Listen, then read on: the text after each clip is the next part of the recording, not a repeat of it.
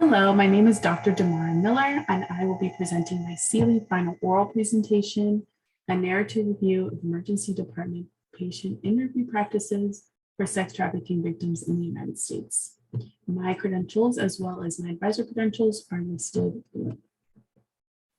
So from the title, you'll know that I will be speaking about sex trafficking and specifically in the United States in the emergency department setting. So when someone is affected or involved with the abuse, affected by the abuse of sex trafficking, they're subject to immense cycles of constant abuse that can lead to both mental, physical abuse that brings them to the emergency department.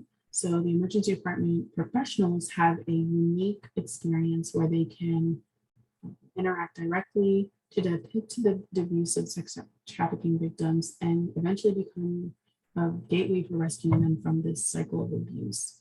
So in this paper, we'll be discussing their direct role of interviewing patients that could potentially be suffering from this abuse and what practices are already available in the emergency department setting in the United States. So with that, our research question is, what protocols exist in the United States for interviewing victims of sex trafficking in the emergency departments? So what protocols are available to interview patients that are potentially susceptible or potentially exposed to sex trafficking when they enter the emergency departments in the United States? So to do this, starting with the database research using PubMed and Google Scholar and other search engines, using search terms like emergency department, sex trafficking, and patient interview to ultimately create a list of selected 12 publications that depict protocols and analysis that explain ways of interviewing sex trafficking victims in the United States, and specifically with the emergency department. So papers that didn't include the emergency department or the United States were not included in this paper. Any gender or age requirements were not required for this review.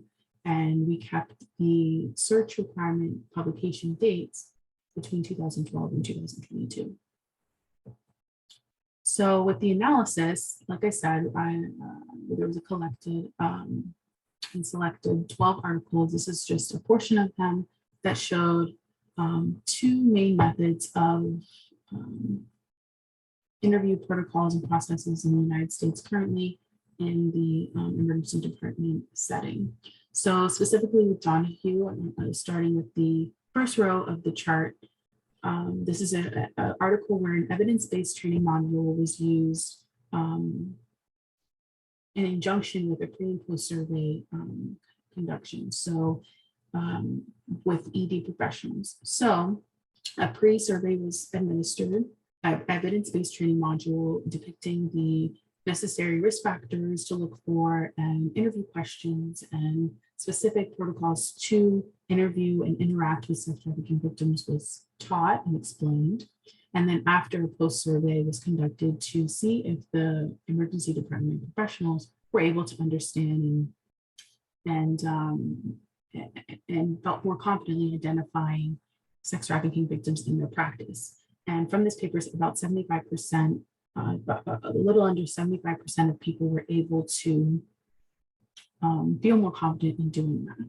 Similarly, with the third row on this chart, the paper with the author Grace, in San Francisco Bay Area, 20 different ED departments were given a pre and post test to assess an intervention with similar results. And then differently, so we talked about one way of the interviewing processes being involved, multiple papers explained ways in which that was done. And now we have another way that was discovered was using this trafficking victim identification tool.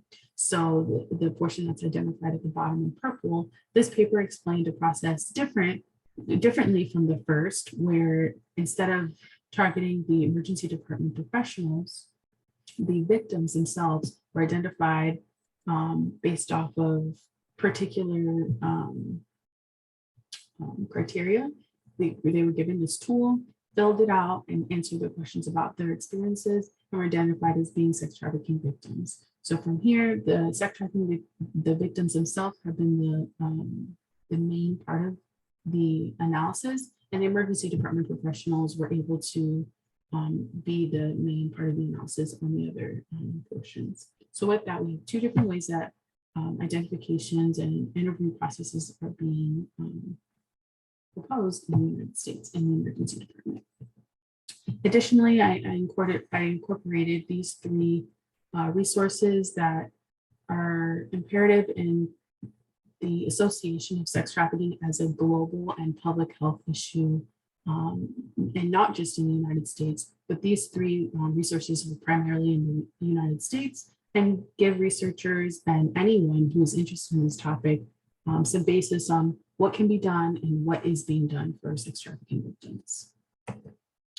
So some limitations on the study that in the review that I've put together is things that I've noticed from the interviewing protocols that are employed currently is that there's a decrease of ability to confidently generalize this data. And what I mean by that is because there's such small sample sizes of 20 EDs that were used in some of the articles, 5 victims that were analyzed and tested using the TDIT tool that we just spoke about. There are really small numbers and sample sizes that are being done in these studies simply because victims may not want to be involved in this research and want to get away from this abuse, or we just don't know who is a victim. So when they're entering the emergency department, they are being, entering and leaving without being identified because of the nature of the sex trafficking industry and the deception that comes with that, and not wanting to be caught essentially because of the illegal activity. The handlers of the sex trafficking victims are becoming better and better at that. Additionally, with the other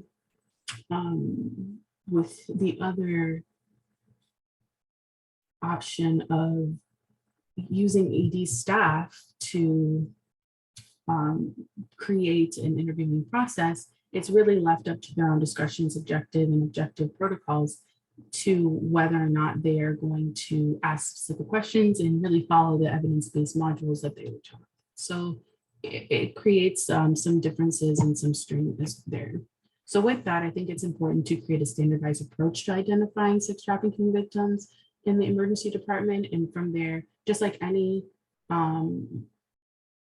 implementation process, it will take time and it will take strategies, but I think the easiest way to do that is create a standardized interviewing strategy so that everyone's asking the same questions as soon as someone walks into the ED and is suspected to be a victim of sex trafficking. And this process is seen in medical care throughout practice as we see it today. For example, so when someone enters the emergency department and says, my chest hurts, there's a standardized way, there's specific questions, specific tests that medical staff, specifically emergency medical staff, uses to identify these processes. And I wanted to include this slide. No, it's not in my paper, but I think it's important to understand and provide an example of the standardized protocol that I'm talking about. So sometimes some of the limitations that we talk about are that, yes, this is standardized protocol, and not everyone fits the bill, but not everyone fits these bills of a suspected MI or myocardial infarction or a heart attack. But these are the questions that help us to get to the answers that we need and to get the patient the treatment and care that they could potentially need. So asking these specific questions of where's the pain, what does it look like, and then getting an EKG and all the other testing and blood samples that we need are some of the steps that can be taken for sex trafficking victims when identifying them as people that need this help and can potentially require specialized care because of their abuse. So I hope that you understand my talk and that you enjoyed it. And these are my references, just selected few for this presentation. The rest are noted in my final written presentation and publication. And I thank you so much for listening to me talk. Thank you. Bye-bye.